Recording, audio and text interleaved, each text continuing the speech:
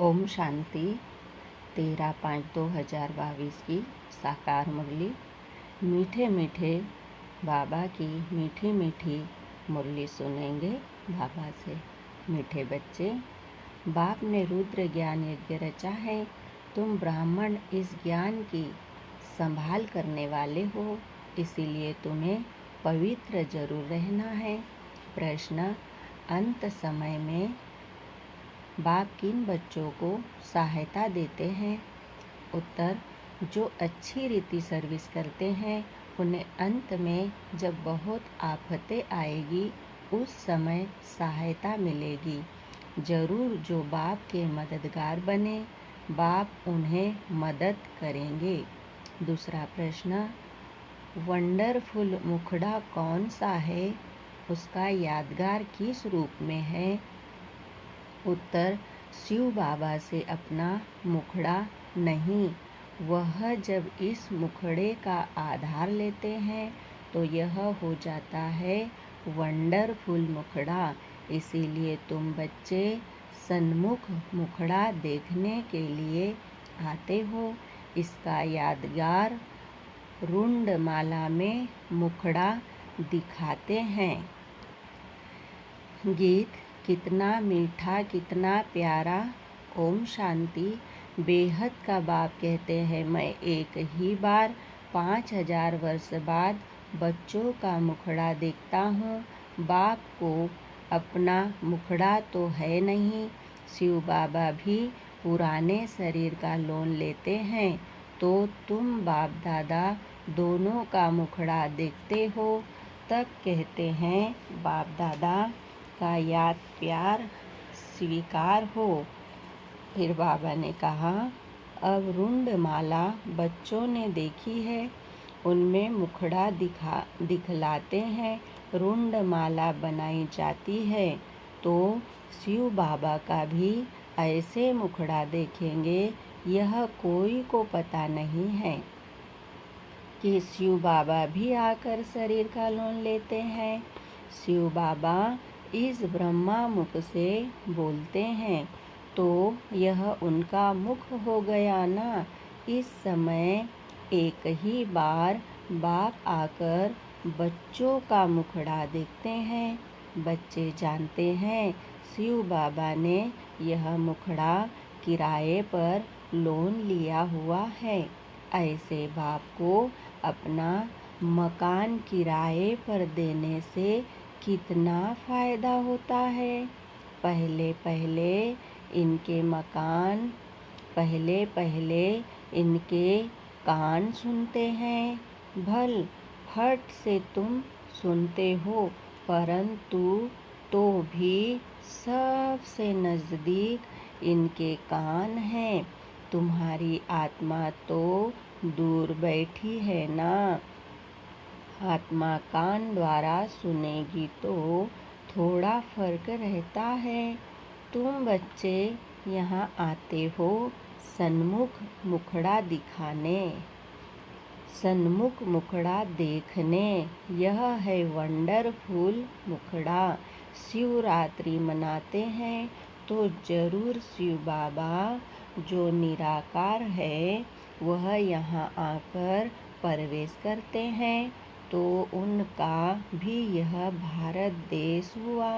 भारत है अविनाशी परम पिता परमात्मा का बर्थ प्लेस, परंतु उनका बर्थ अन्य मनुष्य दृश्य नहीं है। स्वयं कहते हैं, मैं आकर इनमें प्रवेश करता हूँ और फिर बच्चों को ज्ञान सुनाता हूँ। और सभी आत्माओं का अपना अपना शरीर है, मेरा कोई शरीर नहीं है। शिव का हमेशा लिंग रूप दिखाएंगे। रुद्र यज्ञ जब रचते हैं तो मिट्टी के गोल गोल लिंग बनाते हैं।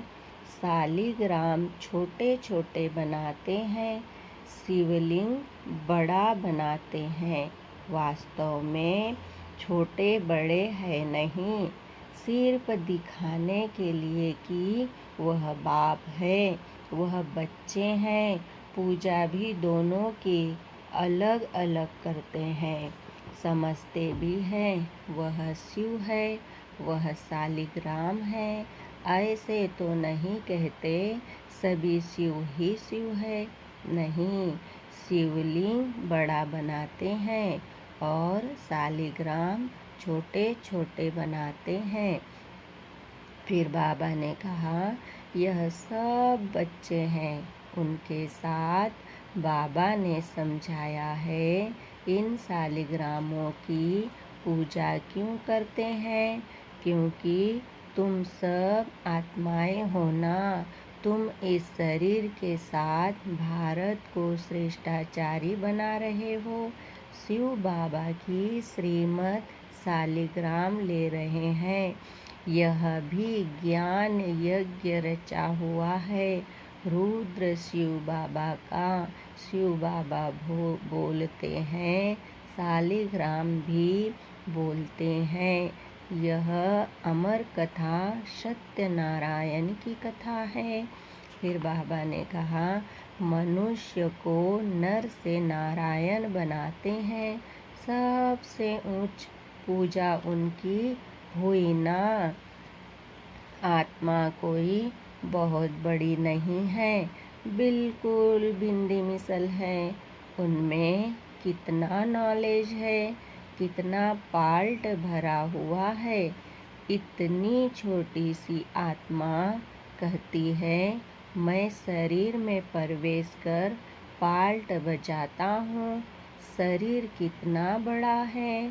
शरीर में आत्मा प्रवेश होने से छोटेपन से ही पाल्ट बजाने लग पड़ती है।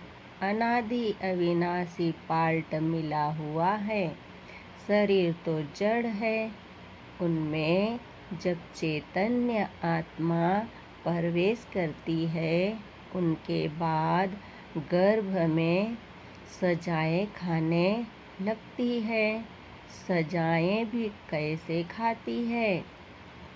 भिन्न भिन्न शरीर धारण कर जिस को जिस रूप से दुख दिया है, तो वह साक्षात्कार करते जाते हैं। दंड मिलता जाता है। त्राही त्राही करते हैं। इसीलिए गर्भ जेल कहते हैं। ड्रामा कैसे अच्छा बना हुआ है। कितना पार्ट बजाते हैं। आत्मा अंजाम वायदा करती है, मैं कभी पाप नहीं करूँगी। इतनी छोटी आत्मा को कितना अविनाशी पाल्ट मिला हुआ है। 84 जन्मों का पाल्ट बजाकर फिर रिपीट करते हैं। वंडर है ना। यह बाप बैठ समझाते हैं, बच्चे भी समझते हैं। यह तो यथार्थ बात है। इतनी छोटी बिंदी में कितना पाल्ट है। आत्मा का बहुतों को साक्षात्कार होता है। गाते भी है, आत्मा स्टार है जो इस भ्रुकुटी के बीच में रहती है। कितना पाल्ट बजाती है। इसको कहा जाता है कुदरत। तुम तो जानते हो, हम आत्मा एक शरीर छोड़ दूसरा लेते हैं। कितना पाल्ट बजाते हैं। फिर बाबा ने समझाया, हमको बाबा आकर समझाते हैं, कितनी ऊंच नॉलेज है। दुनिया में कोई को यह नॉलेज नहीं है। यह भी तो मनुष्य था ना। इनमें अब बाप ने प्रवेश किया है। ऐसे नहीं कि गुरु गोसाई का चेला होगा, उससे रिद्धि सिद्धि सीखे हैं। कोई समझते हैं गुरु का वरदान अथवा गुरु की शक्ति मिली हुई है। यह तो बातें ही न्यारी है। सन्मुख सुनने से तुमको बहुत मज़ा आता है। जानते हो, हमको बाबा सन्मुख समझा रहे हैं। बाबा भी इतना छोटा है जितना हम आत्मा छोटी है। उनको कहा जाता है परम पिता परमात्मा। परम माना सुप्रीम, परे ते परे परम धाम में रहने वाले। परे ते परे तुम बच्चे भी रहते हो। बाप कितनी महीन बातें सुनाते हैं। शुरुआत में थोड़े ही समझाते थे। दिन प्रतिदिन तुम बच्चों को कितनी गंभीर नॉलेज मिलती रहती है। कौन देते हैं? ऊंच ते ऊंच भगवान। वह आकर कहते हैं, बच्चे, आत्मा कैसे ऑर्गेन्स द्वारा बात करती है। कहते भी है, वो भ्रुकुटी के बीच चमकती है, परंतु सिर पर कहने मात्र कहते हैं। किसकी बुद्धि में नहीं आता है, किसको यह नॉलेज है नहीं जो समझावे। तुम्हारे में भी यह बातें बहुत कम समझते हैं। जो समझते हैं वह अच्छी रीति फिर धारण करते हैं और फिर धारण कराते हैं, अर्थात वर्णन करते हैं।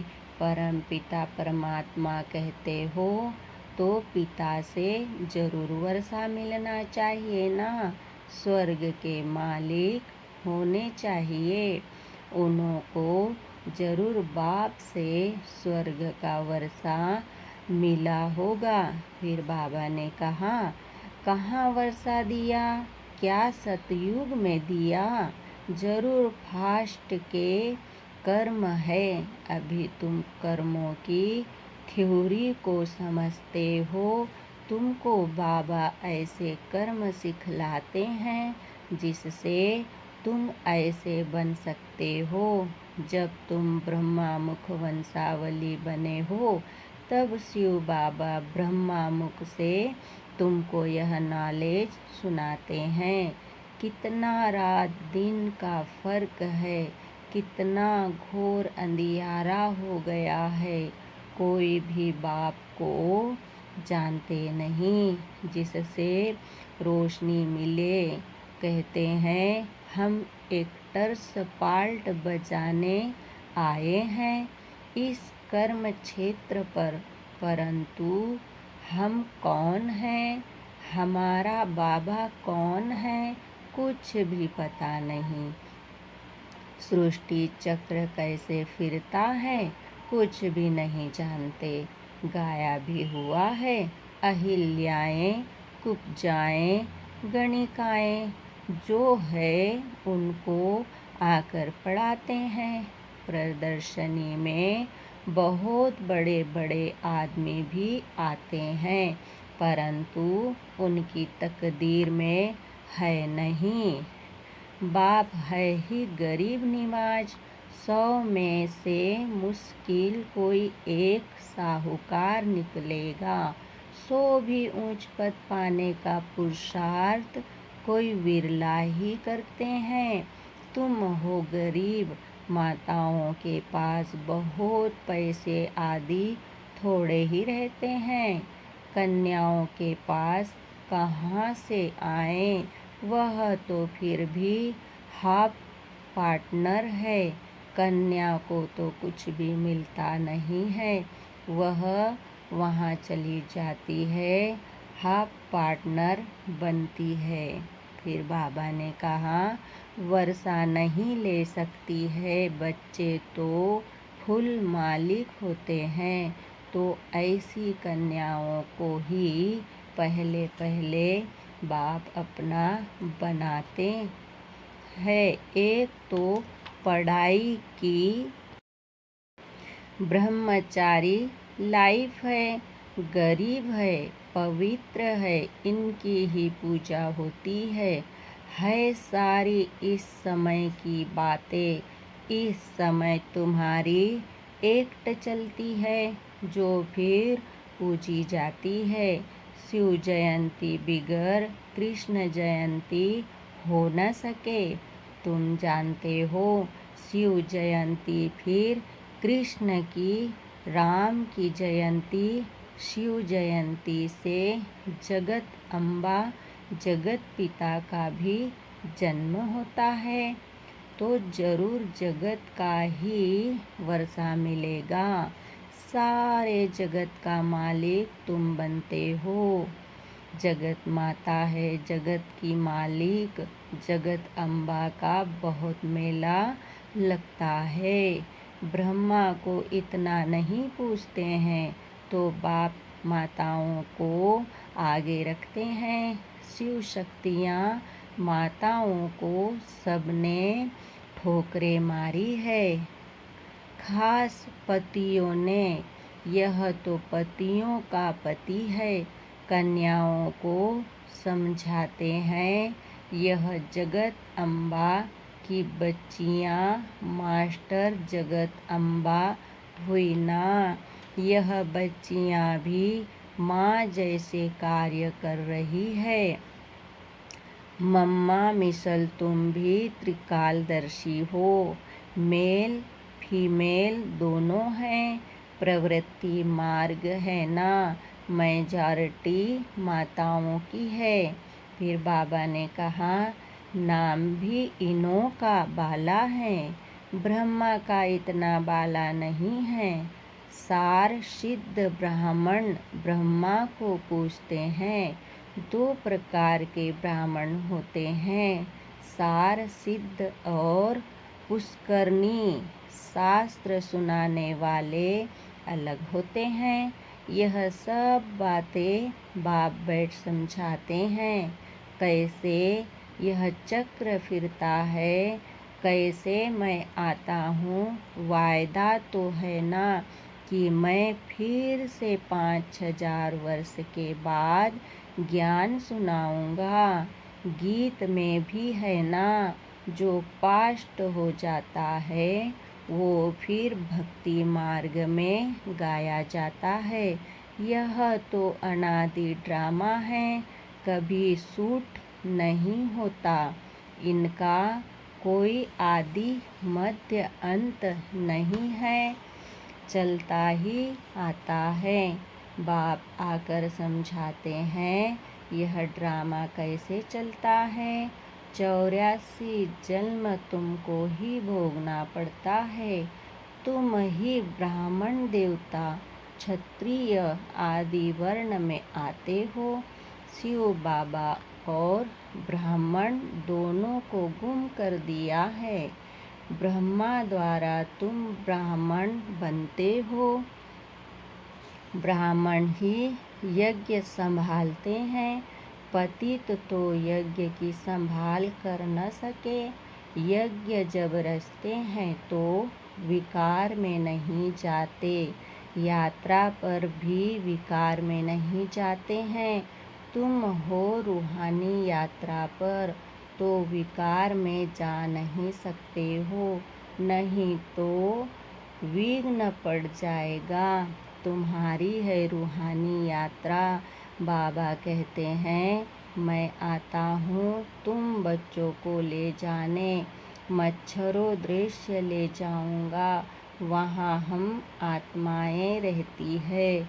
वह है परम धाम जहाँ आत्माएं निवास करती हैं। फिर हम आते हैं देवता क्षत्रिय वैश्य शूद्र बनते हैं। अभी फिर ब्राह्मण बने हैं। जो ब्राह्मण बनेगा वही स्वर्ग में चलेगा। वहाँ भी झूलों में झूलते हैं ना। वहाँ तो तुम रतन जड़ित झूलों में झूलेंगे। श्री कृष्ण का झूला कितना अच्छा श्रृंगारते हैं। उनके साथ सबका प्यार है। गाते हैं ना, भजो राधे गोविंद चलो वृंदावन। अभी तुम प्रैक्टिकल में वहाँ चलने के लिए तैयार हो रहे हो। जानते हो, हमारी मनोकामनाएं पूरी होती है। अभी तुम ईश्वरीय पुरी में चलते हो। जानते हो, बाबा सबको कैसे ले जाते हैं, मक्खन से बाल। बाप तुमको कोई भी तकलीफ नहीं देते हैं। कैसे सहज बादशाही देते हैं। बाप कहते हैं, जहाँ चलना है उस अपनी कृष्णपुरी को याद करो। पहले पहले जरूर बाबा तुमको घर ले जाएगा, फिर वहाँ से भेज देंगे स्वर्ग में। अभी तुम श्री कृष्णपुरी में जा रहे हो, वाया शांति धाम, जैसे वाया दिल्ली जाना होता है। अब समझते हो, वापिस जाते हैं, फिर आएंगे कृष्णपुरी में। हम श्रीमत पर चल रहे हैं, तो बाप को याद करना है, पवित्र बनना है। यात्रा पर हमेशा पवित्र रहते हैं। पढ़ाई भी ब्रह्मचर्य में पढ़ते हैं। पवित्रता जरूर चाहिए। बाप फिर भी बच्चों को पुरुषार्थ कराते हैं। इस समय का पुरुषार्थ तुम्हारा कल्प कल्प का बन जाएगा। पुरुषार्थ तो करना चाहिए ना। यह स्कूल है बहुत बड़ा, तो जरूर पढ़ना चाहिए। भगवान खुद पढ़ाते हैं। एक दिन भी मिस नहीं करना चाहिए। मोस्ट वैल्यूबल पढ़ाई है यह। बाबा कभी भी मिस नहीं करेगा। यहाँ तुम बच्चे सन्मुख खजाने से झोली भर सकते हो। जितना पढ़ेंगे उतना नशा चढ़ेगा। बंधन नहीं है तो फिर ठहर सकते हैं, परंतु माया ऐसी है जो बंधन में बांध देती है। बहुत है जिनको छुट्टी भी मिलती है। बाबा कहते हैं, पूरा रिफ्रेश हो जाओ। बाहर जाने से फिर वह नशा नहीं रहता है। बहुतों को सिर्फ मुरली पढ़ने से भी नशा चढ़ जाता है। बड़ी आफतें आनी है। मदद उनको मिलेगी जो मददगार बनेंगे। अच्छी रीति सर्विस करेंगे तो उनको अंत में सहायता भी तो मिलती है ना। अच्छा, मीठे मीठे सिखिलिदे बच्चों प्रति माता पिता बाप दादा का याद प्यार और गुड मॉर्निंग। रूहानी बाप की रूहानी बच्चों को नमस्ते। हम रूहानी बच्चों की रूहानी बाप दादा को याद प्यार गुड मॉर्निंग नमस्ते। ओम शांति। धारणा के लिए मुख्य सार है, सुनेंगे। पहला पॉइंट, पढ़ाई मोस्ट वैल्यूबल है। स्वयं भगवान पढ़ाते हैं, इसीलिए एक दिन भी मिस नहीं करनी है। ज्ञान खजाने से रोज झोली भरनी है। दूसरा पॉइंट, यह पढ़ाई का समय है। यात्रा पर चल रहे हैं, रुद्र यज्ञ की संभाल करनी है, इसीलिए पवित्र जरूर रहना है। किसी भी विकार के वश हो विघ्न नहीं डालना है। बहुत सुंदर वरदान सुनेंगे। भाग्य विधाता बाप द्वारा मिले हुए भाग्य को बांटने और पढ़ाने वाले खुशनसीब भव। सबसे बड़ी खुशनसीबी यह है जो भाग्य विधाता बाप ने अपना बना लिया। दुनिया वाले तड़पते हैं कि भगवान की एक सेकंड भी नज़र पड़ जाए और आप सदा नयनों में समाये हुए हो। इसको कहा जाता है खुशनसीब। भाग्य आपका वर्षा है। सारे कल्प में ऐसा भाग्य अभी ही मिलता है, तो भाग्य को बढ़ाते चलो। बढ़ाने का साधन है बांटना। जितना औरों को बांटेंगे अर्थात भाग्यवान बनाएंगे, उतना भाग्य बढ़ता जाएगा। स्लोगन है निर्विघ्न और एक रस स्थिति का अनुभव करना है तो एकाग्रता का अभ्यास बढ़ाओ। ओम शांति। शुक्रिया बाबा, शुक्रिया। ओम शांति, ओम शांति, ओम शांति।